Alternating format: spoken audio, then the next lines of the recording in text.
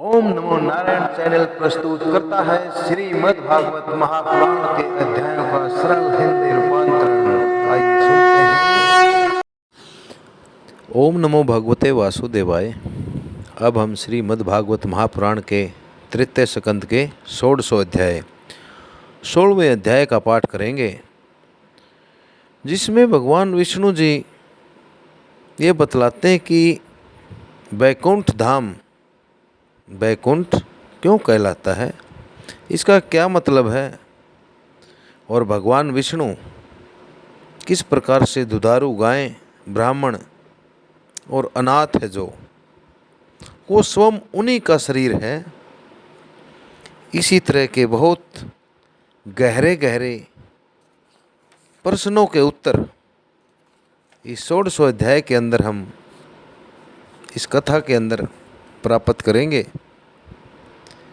क्योंकि ओम नमो नारायण एक सनातन चैनल है, और सनातन का मतलब ये है कि जो सनातन, जो सदा से चला आ रहा है, जो सतरूप है, अर्थात हमारी जो आत्मा है वो परम पिता परमेश्वर का ही एक साक्षात रूप हमारे हृदय के अंदर है, उसी को सत कहा गया है। और सत क्योंकि शुरू से ही आदिकाल से ही चला आ रहा है, से सनातन सनातन धर्म और सनातन का अभिप्राय इस सत से ही लिया गया है। सनातन होने के नाते मेरी सभी से बार बार विनम्र प्रार्थना है कि श्रीमद् भागवत पुराण के ऐसे मीठे पावन इन अध्यायों को श्रवण करें तथा आगे शेयर करके अपने सगे संबंधियों, मित्रों को इस परम पुण्यमयी ज्ञान को आगे बांटें। ज्ञान रूपी दान अवश्य करें, क्योंकि गीता के अंदर भी बार बार श्री कृष्ण जी ने जब विराट स्वरूप अर्जुन को दिखलाया था तो तब बार बार बताया था कि अर्जुन, द्रव्य यज्ञ भी श्रेष्ठ है और तपो यज्ञ भी श्रेष्ठ है। इसी तरह से यज्ञों का वर्णन करते करते श्री कृष्ण जी महाराज ने अर्जुन को बतलाया था कि जो दान यज्ञ है वो सबसे श्रेष्ठ यज्ञ है, और दान यज्ञ क्योंकि सबसे श्रेष्ठ यज्ञ है, श्रीमद् भागवत पुराण के पाठ को श्रवण करने के बाद अगर आप इसे अपने दूसरे सगे संबंधी मित्रों को सुनाते हैं या इसको शेयर करके आगे इसको दान रूप से भेजते हैं, तो आप परम पुण्य के भागी बन जाते हैं। आप भोग के भी अधिकारी हैं और मोक्ष के भी अधिकारी बन जाते हैं। आइए अब हम 16वां अध्याय, जिसके अंदर जय और विजय का वैकुंठ से पतन। जय और विजय कौन थे? ये साक्षात महाविष्णु जी के दो पार्षद थे, जिन्हें सनंदन सनक बाल ऋषियों द्वारा जब श्रापित किया गया तो किस प्रकार से वैकुंठ धाम से इनका पतन होकर नीचे के लोक में राक्षसी योनि के अंदर इनका जन्म होता है, और आगे किस प्रकार से इनका उद्धार होता है, इस अध्याय के माध्यम से हम यही सुनेंगे। आइए श्रवण करते हैं। जब श्री ब्रह्मा जी के पास पहुंचे हुए देवगुणों को संबोधित करते हुए कहा, ब्रह्मा जी ने कहा, देवगण, जब योगनिष्ठ सनकादि मुनियों ने इस प्रकार प्रार्थना की तब वैकुंठ निवास श्री हरि ने उनकी प्रशंसा करते हुए यह कहा। श्री भगवान ने कहा, मुनिगण, ये जय विजय मेरे पार्षद हैं, इन्होंने मेरी कुछ भी परवाह न करके आपका बहुत बड़ा अपराध किया। आप लोग भी मेरे अनुगत भगत हैं, अतः इस प्रकार मेरी ही अवहेलना करने के कारण आपने इन्हें जो दंड दिया है वह भी मुझे अभिमत है, अर्थात वह भी मुझे अभिमत है वह भी मुझे स्वीकार है। ब्राह्मण मेरे परम आराध्य हैं। यहाँ भगवान विष्णु जी कहते हैं कि ब्राह्मण है जो वो मेरे परम आराध्य हैं, परम पूजनीय हैं। मेरे अनुचरों के द्वारा अर्थात मेरे पार्षदों के द्वारा, मेरे सेवकों के द्वारा, मेरे द्वारपालों द्वारा आप लोगों का जो तिरस्कार हुआ है उसे मैं अपना ही किया हुआ मानता हूँ। इसलिए मैं आप लोगों से प्रसन्नता की भिक्षा मांगता हूँ। विष्णु जी कहते हैं कि हे ऋषिगणों, मैं आपसे प्रसन्नता की भिक्षा मांगता हूँ। हे ऋषिगणों, आप प्रसन्न हो जाएं। सेवकों के अपराध करने पर संसार उनके स्वामी का ही नाम लेता है। वह अपयश उसकी कृति को इस प्रकार दूषित कर देता है जैसे हमारी त्वचा के ऊपर कोई चर्म रोग लग जाए, हमारी त्वचा दूषित हो जाती है।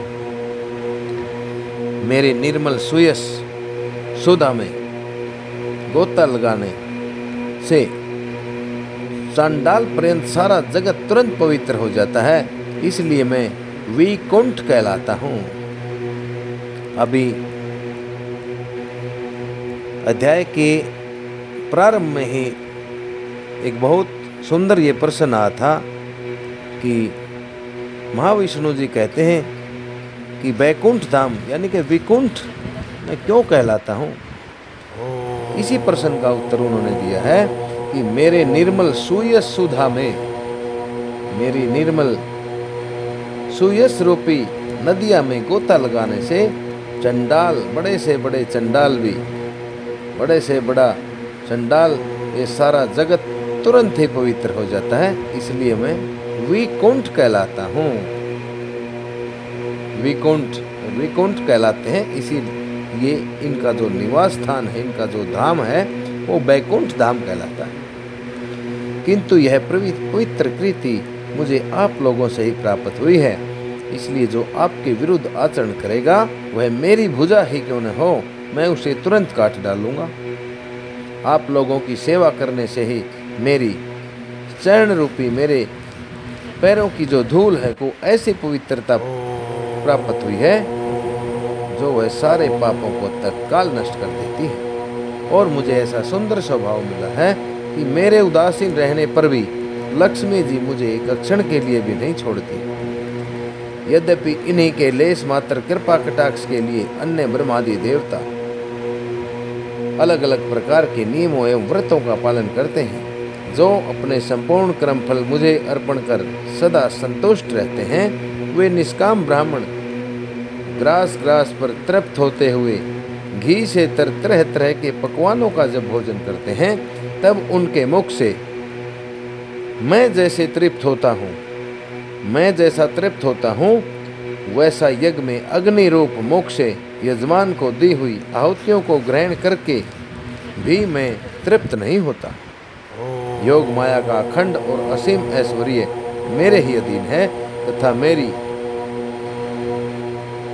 चरणों रूपिणी गंगा जी चंद्रमा को मस्तक पर धारण करने वाले भगवान शिव के सहित समस्त लोकों को पवित्र करती है।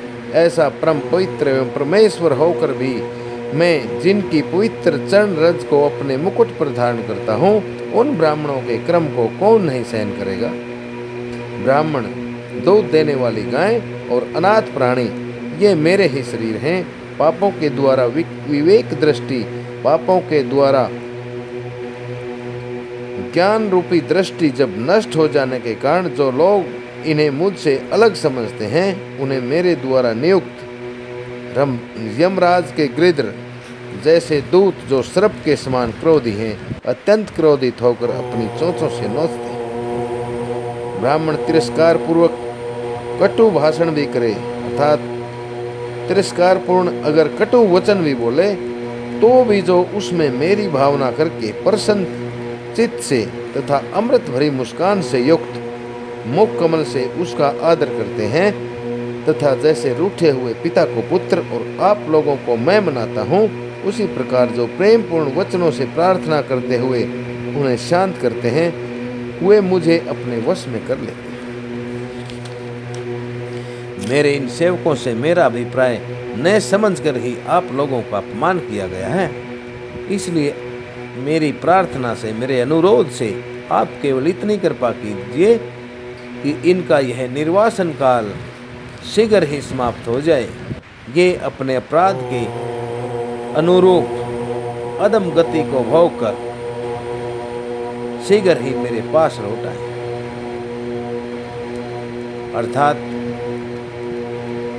सुंदर शब्दों में कहने का भाव ये है कि महाविष्णु जी ने सनक नंदन नाम आदि ऋषियों से जब इस प्रकार भाव के साथ में ये प्रार्थना की कि हे ब्राह्मणों, ये जो दो मेरे पार्षद मेरे द्वार पर जय और विजय खड़े थे और इन्होंने जो आप लोगों का अपमान किया है, मुझसे मिलने हेतु आपको आज्ञा न दी है और आप ऋषियों द्वारा जो इन्हें श्रापित किया गया है नरक लोक में जाने के लिए, कि हे ऋषियों, इनके ऊपर ऐसी कृपा कीजिए कि ये अपना निर्वासन काल शीघ्र ही समाप्त करके अपने अपराध के अनुसार अपना दंड भोग कर जल्द से जल्द वापस मेरे धाम के अंदर लौट आए।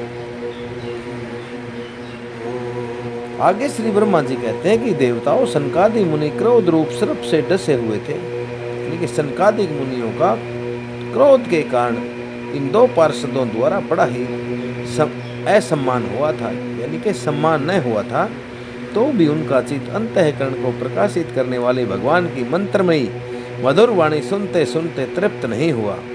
भगवान की उक्ति बड़ी ही मनोहर और थोड़े ही अक्षरों वाली थी, क्योंकि वह इतनी अर्थपूर्ण, सारयुक्त, दुर्विज्ञ और गंभीर थी कि बहुत ध्यान देकर सुनने और विचार करने पर भी वे यह न जान सके कि भगवान क्या करना चाहते हैं। भगवान की सद्भुत उदारता को देखकर वे बहुत आनंदित हुए और उनका अंग अंग पुलकित हो गया। फिर योग माया के प्रभाव से अपने परम ऐश्वर्य का प्रभाव प्रकट करने वाले प्रभु से वे हाथ जोड़कर इस प्रकार बोले। मुनियों ने कहा, हे सोम प्रकाश भगवान, आप सर्वेश्वर, सभी के ईश्वर होकर भी जो यह कह रहे हैं कि यह आपने मुझ पर बड़ा अनुग्रह किया, सो इससे आपका क्या अभिप्राय है, यह हम जान नहीं सके हैं। प्रभु, आप ब्राह्मणों के परम हितकारी हैं। इससे लोक शिक्षा के लिए आप भले ही ऐसा माने कि ब्राह्मण मेरे आराध्य देव हैं। वस्तुतः तो ब्राह्मण तथा देवताओं के भी देवता, ब्रह्म आदि के भी आप ही आत्मा और आराध्य देव हैं। सनातन धर्म आपसे ही उत्पन्न हुआ है। आपके अवतारों द्वारा समय समय पर उसकी रक्षा होती है। तुम निर्विकार स्वरूप आप ही धर्म के परम गुह्यम रहस्य हैं, यह शास्त्रों का मत है। आपकी कृपा से निवृत्ति प्राण योगी जन सहज में ही मृत्यु रूप संसार सागर से पार हो जाते हैं। फिर भला दूसरा आप पर क्या कृपा कर सकता है। भगवान, दूसरे अर्थार्थी जन जिनकी चरण रज को सदा अपने मस्तक पर धारण करते हैं, वे लक्ष्मी जी निरंतर आपकी सेवा में लगी रहती हैं। सो ऐसा जान पड़ता है कि भाग्यवान मनुष्य आपके चरणों पर जो नूतन तुलसी की मालाएं अर्पण करते हैं, उन पर गुंजार करते हुए भौरों के समान वे भी आपके पाद पद्मों को ही अपना निवास स्थान बनाना चाहते हैं। किंतु अपने पवित्र चरित्रों से निरंतर सेवा में तत्पर रहने वाली लक्ष्मी जी का भी आप विशेष आदर नहीं करते। आप तो अपने भक्तों से ही विशेष प्रेम रखते हैं। आप स्वयं ही संपूर्ण भजनीय गुणों के आश्रय हैं। क्या जहाँ जहाँ घूमते हुए ब्राह्मणों के चरणों में लगने से पवित्र हुई मार्ग की धूलि और श्री वत्स का चिन्ह आपको पवित्र कर सकते हैं? क्या इनसे आपकी शोभा बढ़ सकती है? भगवान, आप साक्षात धर्म के स्वरूप हैं। आप सत्य आदि तीनों युगों में प्रत्यक्ष रूप से विद्यमान रहते हैं तथा ब्राह्मण और देवताओं के लिए तप, सोच और सद्दया अपने इन तीन चरणों से इस चराचर जगत की रक्षा करते रहते हैं। अब आप अपनी शुद्ध सत्वमयी वरदायिनी मूर्ति से हमारे धर्म विरोधी रजोगुण तमोगुण को दूर कर दीजिए।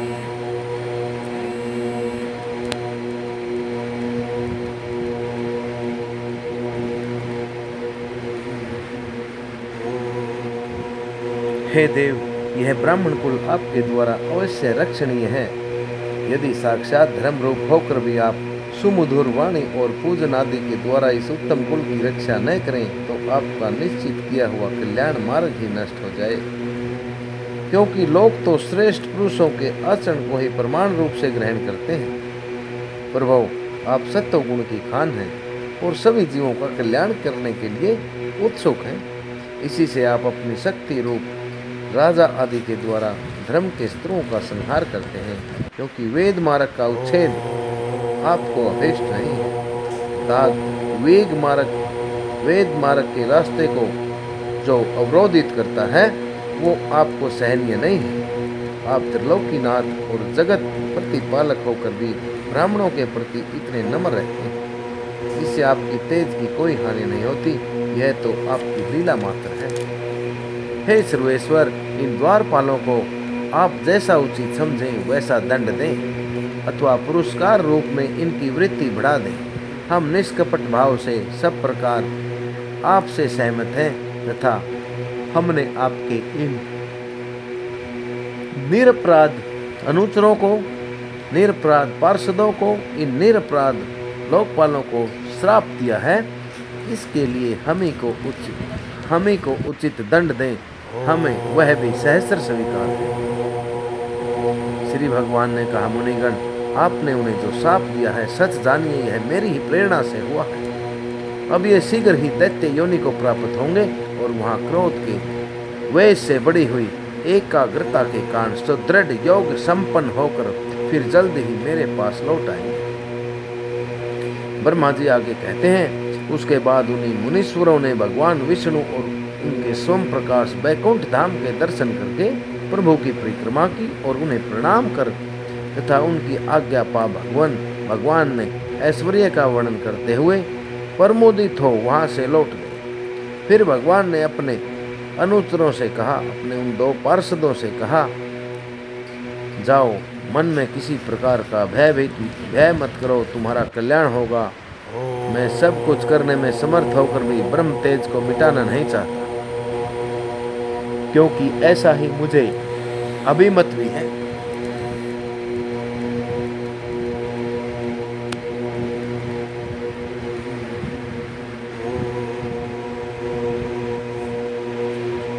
एक बार जब मैं योग निद्रा में स्थित हो गया था तब तुमने द्वार में प्रवेश करती हुई लक्ष्मी जी को रोका था। उस समय उन्होंने क्रोध होकर पहले ही तुम्हें यह श्राप दे दिया था। अब दैत्य योनि में अर्थात राक्षस योनि में मेरे प्रति क्रोधाकार वृत्ति रहने से तुम्हें जो एकाग्रता होगी उससे तुम इस विपर तिरस्कार जनित पाप से अर्थात इन ब्राह्मणों द्वारा दिए गए जो शाप है उस पाप से मुक्त हो जाओगे और फिर थोड़े ही समय में मेरे पास लौट आओगे। द्वारपालों को इस प्रकार आज्ञा दे भगवान ने विमानों की श्रेणियों से सुसज्जित अपने सर्व अधिक श्री संपन्न धाम में प्रवेश किया। वे देव श्रेष्ठ जय विजय तो ब्रह्म शाप के कारण उस अलंघनीय भगवत धाम में ही श्रीहीन हो गए तथा उनका सारा गर्व गलित हो गया।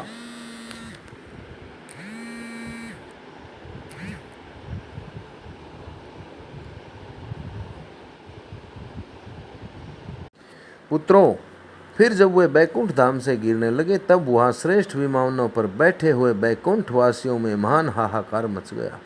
इस समय दीति के गर्भ में स्थित जो कश्यप जी का उग्र तेज था, दीति जी के गर्भ में जो कश्यप जी का उग्र तेज था या उसमें भगवान ने उन पार्षद परवरों ने ही प्रवेश किया है।